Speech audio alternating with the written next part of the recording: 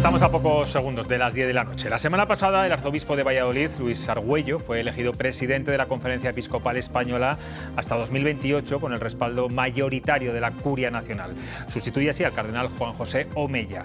Argüello conoce perfectamente la casa porque ha sido secretario general durante 4 años, periodo en el que fue también portavoz y que le tocó poner voz a la Iglesia ante la crisis ocasionada por los numerosos casos de abusos sexuales y pederastia en el seno de la Iglesia Católica. Seguirá con su responsabilidad en Valladolid, ya que pues para ser presidente de la Conferencia Episcopal tiene que ser obispo o arzobispo en ejercicio. Está aquí con nosotros, buenas noches y enhorabuena. Buenas noches y muchas gracias. ¿Es usted tan conservador o ultraconservador como han dicho y se ha publicado estos días en muchos medios? Bueno, la verdad es que hoy con las palabras se juega y sirven para casi todo. Yo claro que soy conservador de la tradición que hemos recibido, con la cultura ecologista en la que vivimos hoy quiero ser conservador del paisaje de mi pueblo, de la realidad del medio ambiente en el que vivimos. Me refería más a temas pero ideológicos como la eutanasia, sí, el aborto. Bueno, pero es que defender la vida, me parece que si se dice que querer conservar la vida que hay en el seno de una mujer es ser conservador, lo acepto. Pero impedir el progreso de la vida que está en el seno de una mujer no parece muy progresista, ¿no? Digamos, en el sentido de defensa de la vida. Por otra parte, yo creo que los asuntos que muchas veces se sitúan en el campo de lo que pudiéramos llamar la moral personal o la moral sexual y la manera de mirar los asuntos de la moral social están más relacionados de lo que parece. Mucha gente dice que yo soy comprometido en las causas sociales, que estoy implicado en asuntos que tienen que ver pues, con los inmigrantes o con el cuidado de personas que viven en cualquier sitio. Usted fue el primer presidente de Justicia y Paz aquí, sí. Claro, Justicia y Paz. Y que eso parece contradictorio con posiciones en los asuntos que pudiéramos llamar de la moral personal. A mí me parece que esa distinción que pudiéramos llamar de cintura para arriba y de cintura para abajo es un poco falsa. Si uno de verdad cree en una propuesta de vida solidaria, de entrega a los demás, lo cree en lo que es la persona entera. Es curioso porque se está buscando como demasiado cuál es su ideología, ¿no? Porque algunos hablan del Padre Rojo, que ahora va a dar un giro conservador a la Iglesia Católica. ¿Qué hay de verdad en todo esto? Primero, el presidente de la Conferencia Episcopal no tiene esa capacidad de poder dar un giro u otro, porque no deja de ser la conferencia un lugar de comunión, de encuentro de los obispos, un servicio común de recursos. Es verdad que el presidente tiene una labor institucional, que a veces puede hacer declaraciones, como yo estoy haciendo aquí esta noche, y eso se puede, como no, teñir de la propia visión de la realidad que cada uno tiene. Yo, francamente, incluso escuchándoos antes, ¿no?, en la tertulia que habéis tenido, creo que estamos en un momento para tratar de superar muchas de estas contraposiciones, ¿no?, que son, desde mi punto de vista, más superficiales de lo que parece, e ir a cuestiones de Honduras. Yo, por ejemplo, digo que ante los asuntos que habéis tratado antes, que habéis hablado de asesinatos, que habéis hablado de robos, que habéis hablado de mentiras, que habéis hablado de hacer trampas con los impuestos, si yo digo que saco una vieja tabla, que se llama las tablas de la ley, más conservador que el Sinaí, y decir, no matarás, no robarás, no dirás mentiras. ¿Eso es tradicional? ¿Es conservador? ¿O realmente no estaríamos necesitando hoy recuperar? No dirás mentiras, no robarás, no matarás, ¿no? Sí, está claro, está claro. Déjeme que aclare también otras cosas que se han dicho, sí, se han publicado estos días en los medios de comunicación, porque muchos coinciden en que usted no era el candidato del Papa Francisco, que era así su contrincante, el señor José Cobo, por ser más progresista. Usted ha estado con el Papa en Roma hace muy pocos días, yo no sé si han podido hablar de todo esto, e incluso se ha notado que no era su candidato en estas, permítame que lo diga así, primarias de la Iglesia. La verdad es que no hemos hablado de este asunto. Yo, una vez más, en 2 encuentros breves que he tenido con el Papa Francisco hace 15 días en Roma, pues me he vuelto a sentir una vez más reconocido y apreciado. Me ha mencionado explícitamente Valladolid, me ha preguntado también por la situación de la vida de la diócesis, por el cardenal Blázquez, sin más, ¿no? Y desde luego no me preguntó ni salió el asunto de qué va a pasar en las elecciones de la plenaria de la próxima semana. En ese sentido, Francisco respetuoso con lo que ocurre en cada una de las iglesias particulares. Le toca a usted pilotar la puesta en marcha del plan de reparación de las víctimas de abusos sexuales en la Iglesia. Hasta ahora las oficinas de la Iglesia han recibido más de 880 testimonios de víctimas desde la década de los años 40, estamos hablando. Hay más de 1000 denuncias de abusos.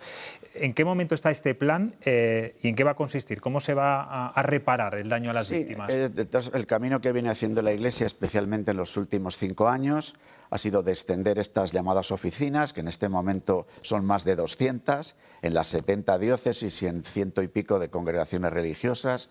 Hemos tratado de no solamente acoger las denuncias como papeles, sino tratar también de acoger a las personas.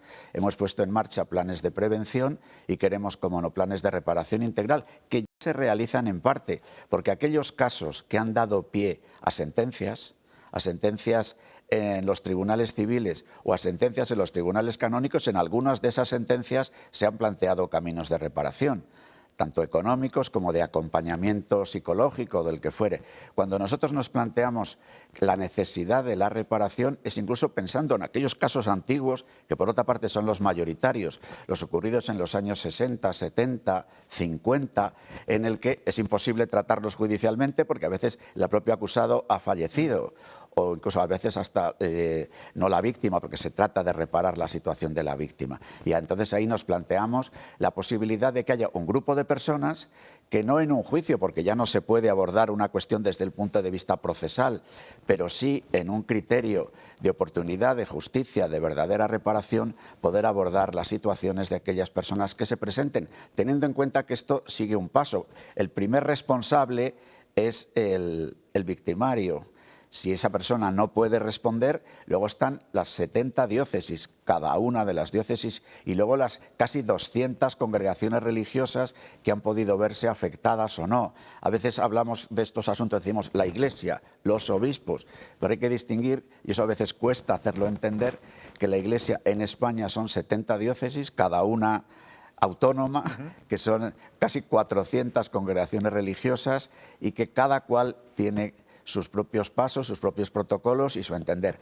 La conferencia sí que ha hecho algo importante, es poner en relación toda esta realidad, asumir protocolos comunes y dar una propuesta, un camino de prevención, de acogida, de reparación. Quiero hablarle de un caso particular, especial. Estamos viendo ahí unas imágenes, las veíamos hace un momento. El otro día, cuando usted tomó posesión o fue nombrado presidente de la Conferencia Episcopal, a las puertas de la conferencia había algunas personas que eran víctimas de abusos sexuales. Usted salió a saludarlas y una de ellas, creo que la conocía usted de hace mucho tiempo, cuando usted era cura en Valladolid, le dio un beso, habló con ella. Y según dice el diario El País, hoy en una crónica, se emocionaron los dos. Cuéntenos. Sí, es cierto. Estamos viendo las imágenes. Yo a esta persona a la que reconocí, nos pudimos reconocer mutuamente, la verdad es que nos conocíamos de antes de ser yo sacerdote. Y entonces para mí fue una sorpresa, ¿no?, encontrarme aquí a esta persona, pero ciertamente sí que me produjo una emoción especial, como yo creo que también a ella. Incluso no solamente nos saludamos, como pude saludar a las otras personas, sino que nos dimos un beso. Claro. Y es verdad que desde ahí hay un deseo, no solamente en este asunto por poder haber una relación personal, sino en cualquiera de los otros. Nosotros queremos poder escuchar a las asociaciones, porque los que estaban allí representados eran asociaciones de víctimas, y poder aportar nuestra propia experiencia a la hora de ofrecer esto a toda la sociedad, porque y no quiero que parezca que esto sea una disculpa o echar agua al vino a la gravedad que ministros de la Iglesia, ministros de Dios, tengan estos comportamientos, lo cual me parece de una gravedad que no me acabo de acostumbrar a decirlo. Pero no cabe duda de que estamos tratando ante una problemática que es de índole social extenso y que afecta a diversos ambientes. Yo francamente creo que en el trabajo realizado en estos 5 últimos años todos hemos aprendido, yo reconozco haber aprendido, seguramente algunas declaraciones que hice hace 5 años no las haría hoy de la misma manera, a la hora de poder avanzar. ¿Porque cree que le quitó importancia en aquel momento? Seguramente, sí. ¿Por qué? Porque también en el coloquio con los propios medios, quizás ponía yo mismo demasiado acento en el número, cuando claramente aquí lo que importan no son los números sino los rostros. Y una vez que tienes contacto, experiencia concreta con los rostros concretos, las cosas se perciben de una manera diferente. ¿Qué mecanismos nuevos hay ahora mismo en la Iglesia Católica para evitar que haya un solo caso más de abuso o de pederastia? Mira, esto, que ojalá pudiéramos decirlo, pero al igual que en los asuntos anteriores en los que yo he dicho no robarás, no matarás, me gustaría que pudiéramos decir esto no va a pasar nunca, pero todos sabemos que las cosas pueden volver a pasar. ¿Por qué? Porque nosotros tenemos una categoría que es la que queremos ofrecer a la sociedad. Al fin y al cabo, a mí lo que más me importa es hablar de Dios, porque si no, no tendría sentido que estuviera yo aquí. Y nosotros tenemos una categoría, es que creemos que existe algo que se llama pecado. Y porque hay pecado mentimos, y porque hay pecado robamos, y porque hay pecado abusamos de los demás de una manera o de otra, o manipulamos la información o las noticias. Entonces, hace falta una propuesta en la que además de medidas legislativas, además de medidas económicas, además de medidas judiciales, hace falta unas medidas de carácter espiritual que logren una regeneración ética del mundo en el que vivimos. Porque el pecado existe y seguirá existiendo. Y entonces, anda, que no hemos oído a los partidos políticos hablar, en nuestro partido no va a volver a haber malversación ni corrupción. Y desgraciadamente vuelve a hacerlo, porque la mano es pegajosa. Y es pegajosa porque el corazón está herido. Pero con todo, entro al trapo de lo que me preguntas. Claro, nosotros hemos puesto en marcha un nuevo plan de formación sacerdotal. Hemos puesto en marcha una formación de agentes de pastoral que ha llegado en los últimos 2 años a casi 200.000 personas. Hemos puesto en marcha que nada más que recibamos una noticia, por poca verosimilitud que tenga, y hablemos de que sigue existiendo una cosa que se llama presunción de inocencia, lo comunicamos a la Fiscalía, si es que el asunto tiene... O sea, actuar con más rapidez. Claro, esto es, por supuesto. Señor Argüello, me consta que, lo ha dicho además estos días, que una de las cosas que más le preocupa en estos momentos es la transmisión de la fe a los jóvenes. Usted cree en la comunicación, usted está en las redes sociales, usted concede entrevistas, cosa que yo tengo que agradecerle, es la tercera vez que está aquí en Cuestión de Prioridades. ¿Qué cambios tiene que experimentar entonces la Iglesia para acercarse o atraer a los jóvenes, que está claro que ahora mismo está habiendo un distanciamiento con la fe? Sí, hay un distanciamiento entre la gente entre 15 y 60 años. Que yo creo que va relacionado con una otra bastante amplia. Con otra cuestión, iba a decir social, que es la dificultad que tenemos para ser adultos en general, ¿no? ¿Por qué digo esto? Porque en la transmisión de la fe es muy importante el papel que juegan los adultos. Los primeros, los padres de los chavales, y luego los que rodeamos la vida de los chicos, tanto en el mundo educativo como en la vida de la parroquia. Yo estoy visitando ahora los colegios católicos de Valladolid, son 44, he visitado ya 30. Y una cosa que me está sorprendiendo en los diálogos con los chicos y chicas de cuarto de secundario, de segundo de bachillerato, es el deseo, que me ha sorprendido, el deseo grande de ser escuchados. Y de si es poder ser escuchados personalmente, de corazón a corazón, mejor.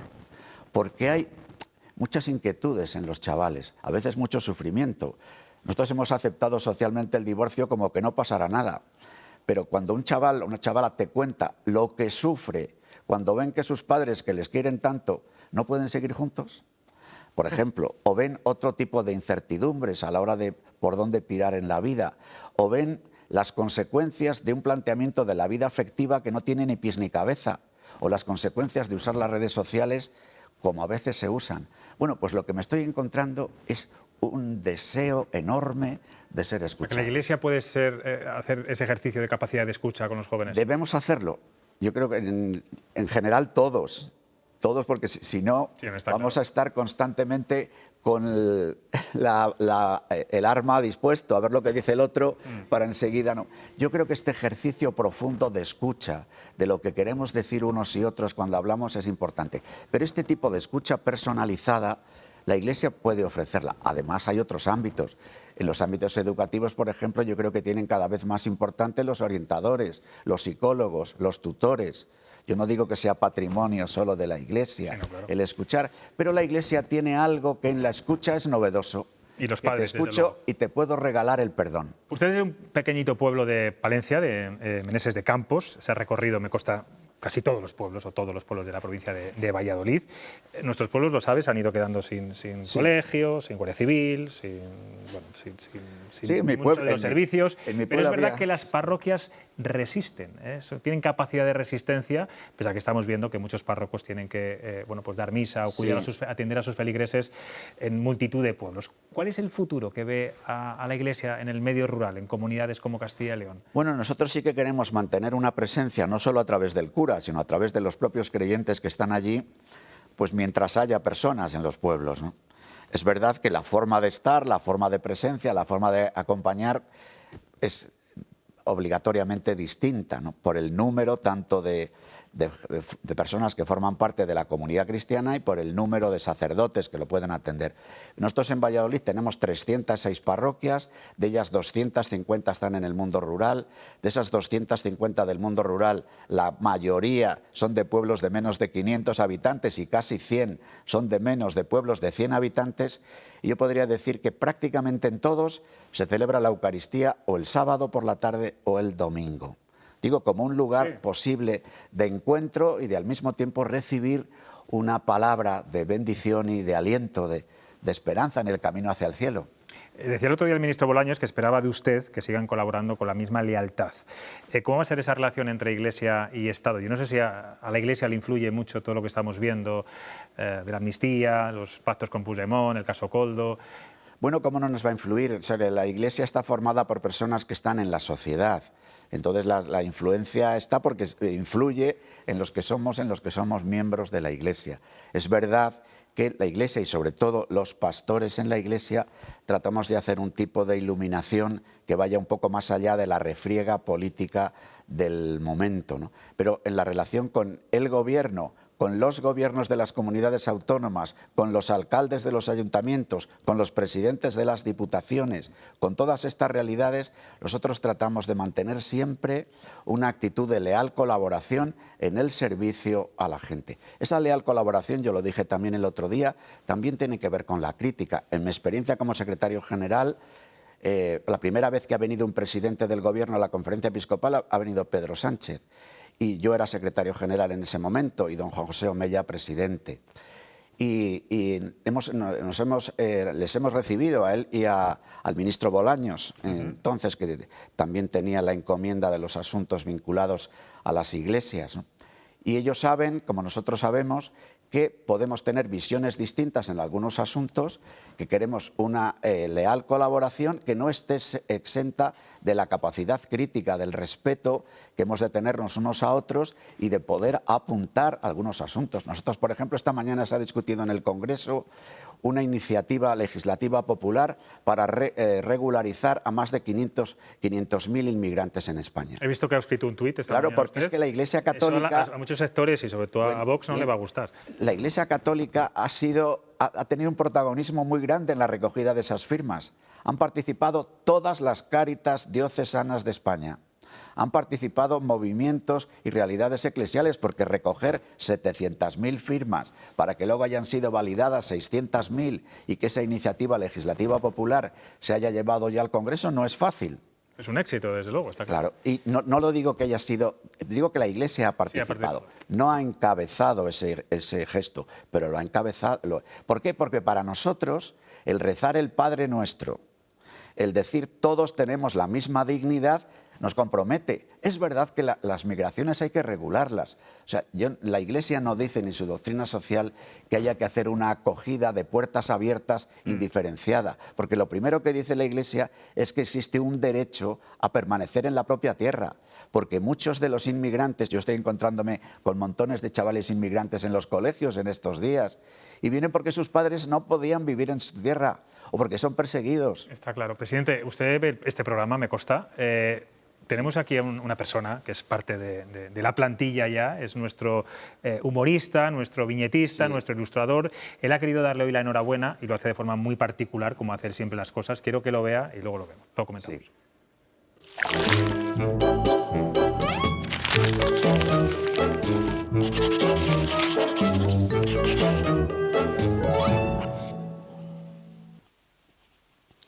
Hay noticias que no entiendo por más lámparas que enciendo. Cuentan que a don Luis Argüello, presidente de la Conferencia Episcopal Española y hombre de la tierra de Meneses de Campos, le sobrevino la vocación tardíamente, con 30 años, mientras estaba dando unas clases sobre la Constitución española. Fíjate, la Constitución española.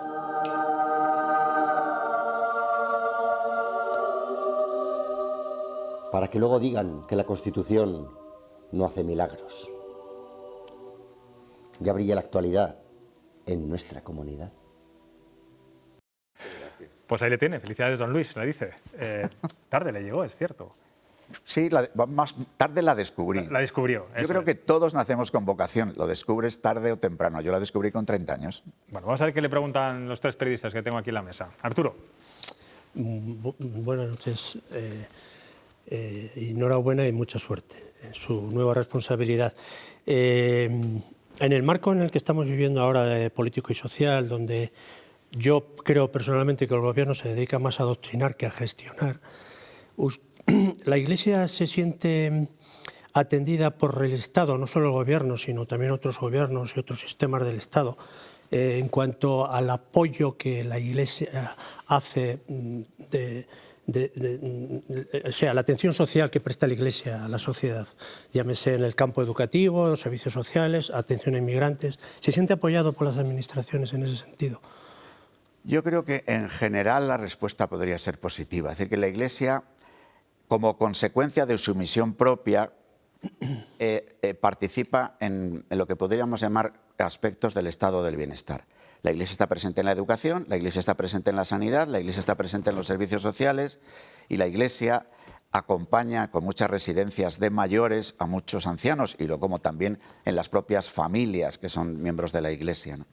Entonces yo creo que en general hay una colaboración con los diversos tipos de asociaciones, de administraciones, valiosa. Otra cosa es que nosotros podamos tener una concepción distinta de cuál es el espacio público, que no lo define solo lo estatal, sino que lo define la iniciativa social.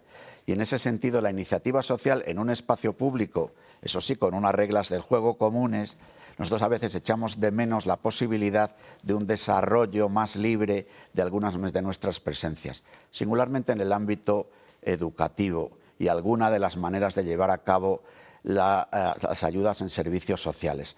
Las personas que colaboran en Cáritas encuentran muchas veces que la burocracia, a veces necesaria de las administraciones públicas, por la necesidad de controlar los gastos, el dinero, como que dificulta mucho las ayudas. Lo estamos viendo, por ejemplo, con la forma de cómo se está poniendo en marcha lo del ingreso mínimo vital y las dificultades tan grandes a veces de protocolos, de procedimientos para llevarlo a cabo. Laura. Buenas noches, don Luis, y de nuevo felicidades también por su nombramiento como presidente de la Conferencia Episcopal. Aquí se han planteado algunos de los desafíos que tiene la Iglesia encima de la mesa. Mi primera pregunta, y si me permites, José Luis, plantear una segunda muy breve. Como presidente de la Conferencia Episcopal, me gustaría saber cómo va a trabajar, sobre todo para fomentar las vocaciones, porque ustedes apuntan a que hay una evidente falta de vocaciones y sobre todo que quieren acercar también a los jóvenes a la Iglesia. Y ya una más de andar por casa, ¿va a haber obispo auxiliar aquí en Valladolid? Sobre la fórmula funcionó con usted, la del obispo auxiliar, cuando don Ricardo Blázquez fue esto es. Yo fui convocado al episcopado porque don Ricardo pidió un obispo auxiliar. Es verdad que era presidente de la conferencia y además cardenal de la Iglesia romana, incluso con algunas otras responsabilidades. Es una posibilidad siempre abierta, ¿no? Pero al asunto, en este momento la Iglesia española tiene convocado, y estamos preparándolo ya, un gran congreso sobre la Iglesia como asamblea de llamados, sobre la vocación, en definitiva, para febrero del año próximo. Pero teniendo en claro una cosa, el principal problema de vocaciones en la Iglesia no es que haya menos curas, es que hay menos matrimonios. O sea, la vocación más en crisis es la vocación al matrimonio abierto a la vida. Uno de los problemas mayores de nuestra sociedad es el invierno demográfico y la falta de alianzas básicas que realiza las propias alianzas familiares. Esta es una vocación a proponer con toda fuerza y desde ahí, como no, las otras vocaciones. La vocación laical a vivir la caridad social y política en la vida pública en las relaciones de vecinos, a arrimar el hombro y entrar en una asociación de padres del colegio, a implicarse en una asociación de vecinos. Estas son vocaciones básicas que hacen tejido social, que son muy importantes. Y en eso estamos, o sea, tratando de organizar un gran congreso para presentar la belleza de la vida vivida como vocación. No solo la reivindicación de derechos, sino el descubrir la existencia de los deberes que nacen del amor, del deber de amor. Luismi. Pues el reiterar mi enhorabuena y también mi deseo de suerte, porque como usted bien sabe, la mies es mucha y los obreros pocos en estos momentos. Mi pregunta es de un tema que a mí me obsesiona desde hace mucho tiempo, que es qué puede hacer la Iglesia, además de lo que hace, para luchar contra la despoblación en esta tierra, especialmente en el mundo rural del que procedemos la mayoría de los que estamos aquí. Sí. Bueno, lo que puede hacer es permanecer. Otra de las cosas que nosotros tratamos de hacer con una buena colaboración de las administraciones públicas es el mantenimiento del patrimonio. En cada uno de nuestros pueblos hay una iglesia y a veces iglesias catedralicias. Véase, por ejemplo, la de mi pueblo, Meneses de Campos. Yo creo que es importante lo que se pueda influir en los estilos de vida. Yo creo que hay personas que incluso teniendo trabajo en el mundo rural prefieren vivir en la ciudad, incluidos los alcaldes. Porque eso tiene que ver con formas de estilo de vida en el que se valora el anonimato, el individualismo de alguna manera. En la medida en que la Iglesia sea capaz de generar estilos de vida, bueno, algo se podrá hacer, reconociendo que el problema de nuestra cantidad de municipios rurales tan pequeños, yo creo que es muy grave y desborda muchas de nuestras posibilidades, ¿no? Pero, evidentemente, desde lo pequeño de cada cual, de cada uno de nosotros, algo podemos hacer, por lo menos para mantener, ¿no?, una llama, un hogar abierto en cada uno de nuestros pueblos. Hablaba de estilo de vida, permítame el lujo de pedirle casi a usted que no cambie el estilo de vida, que siga siendo cercano, mensajes claros, como ha demostrado hoy, y sobre todo creyendo en los medios de comunicación. No se asuste, a lo mejor el presidente dice, no, ahora ya me retiro. No.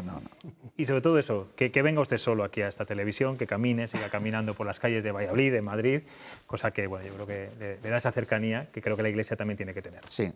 Gracias por estar en Cuestión de Prioridades de nuevo. Gracias, amigos. Gracias.